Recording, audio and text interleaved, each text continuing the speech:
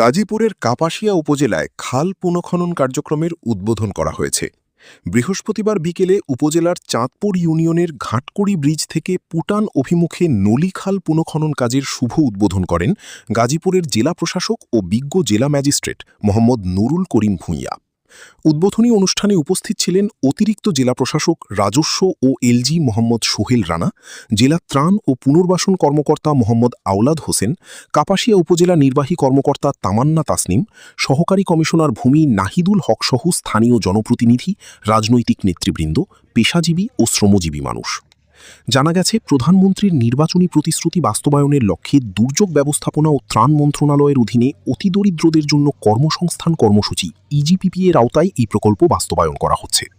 চলতি অর্থবৎসরে সারা দেশে প্রায় ১৫০০ কিলোমিটার খাল খননের পরিকল্পনা রয়েছে। এর অংশ হিসেবে কাপাসিয়ায় ১.৩ কিলোমিটার খাল পুনঃখননের জন্য ৭৭ লাখ টাকা বরাদ্দ দেওয়া হয়েছে। ঘাটকুড়ি ব্রিজ থেকে পুটান অভিমুখে নলিখালের এই অংশ পুনঃখননের মাধ্যমে খালটির নাব্যতা ফিরিয়ে আনা হবে। স্থানীয়দের মতে একসময় খালটি ছিল অত্যন্ত গুরুত্বপূর্ণ জলপথ। এতে নিয়মিত নৌযান চলাচল করত এবং কৃষি ও সেচ ব্যবস্থায় গুরুত্বপূর্ণ ভূমিকা রাখত। কিন্তু দীর্ঘদিন খনন না হওয়ায় খালটিতে পলি জমির নাব্যতা হারিয়ে ফেলে।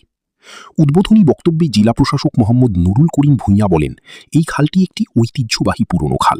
সঠিকভাবে খনন কাজ সম্পন্ন হলে আবারও খালটির নাব্যতা ফিরিয়ে আসবে এবং স্থানীয় জনগণ বিভিন্নভাবে উপকৃত হবে। তিনি আরও বলেন, খাল পুনঃখননের ফলে কৃষিকাজে সেচ সুবিধা বৃদ্ধি পাবে, জলাবদ্ধতা কমবে এবং এলাকার পরিবেশের ভারসাম্য রক্ষা পাবে। এজন্য তিনি স্থানীয় জনগণকে কাজের মান বজায় রাখতে সহযোগিতা করার আহ্বান জানান। জেলা প্রশাসক অনিয়ম ও দুর্নীতির বিষয়ে সতর্ক করে বলেন, কাজে কোনো ধরনের অনিয়ম বা দুর্নীতি হলে তা আমাকে জানাবেন। অপরাধীদের বিরুদ্ধে কঠোর আইনানুগ ব্যবস্থা নেওয়া হবে। এ সময় স্থানীয় বাসিন্দারাও খাল পুনঃখনন উদ্যোগকে স্বাগত জানান এবং আশা প্রকাশ করেন, দ্রুত কাজ সম্পন্ন হলে এলাকার কৃষি উৎপাদন ও যোগাযোগ ব্যবস্থার উন্নয়ন ঘটবে। পারটা বাধাই করতে হবে। মাটি আমার ধারণা প্রকল্প কীভাবে তৈরি করা হয়েছে সেটা আমি দেখিনি।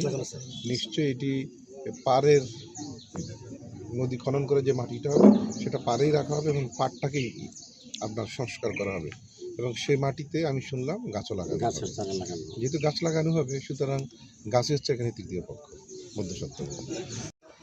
যেটা আজকে আমরা আপনাদের সবাইকে নিয়ে উদ্বোধন করলাম। আপনারা জানেন, আপনারা নিজেরাই বলেছেন এটা একটি ঐতিহ্যবাহী জায়গা, ঐতিহ্যবাহী খাল এবং একসময় নৌকা চলত, মানুষ যাতায়াত করত। আমরা আমাদের মাননীয় প্রধানমন্ত্রী নির্বাচনী প্রতিশ্রুতি এবং তার আলোকেই বরাদ্দ দিয়েছে সরকার।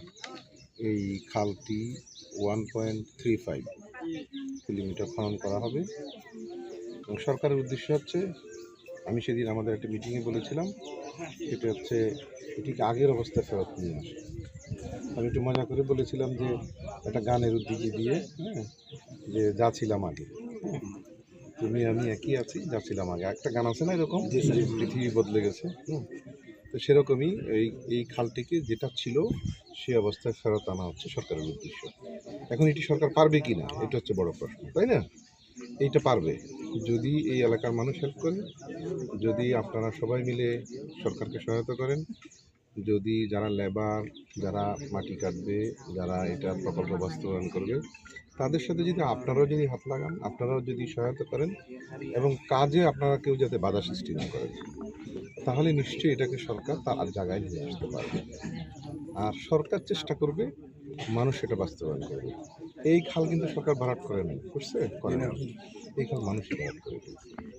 আবার এই খালটি উন্মুক্ত করে দেওয়া হচ্ছে মানুষের জন্য।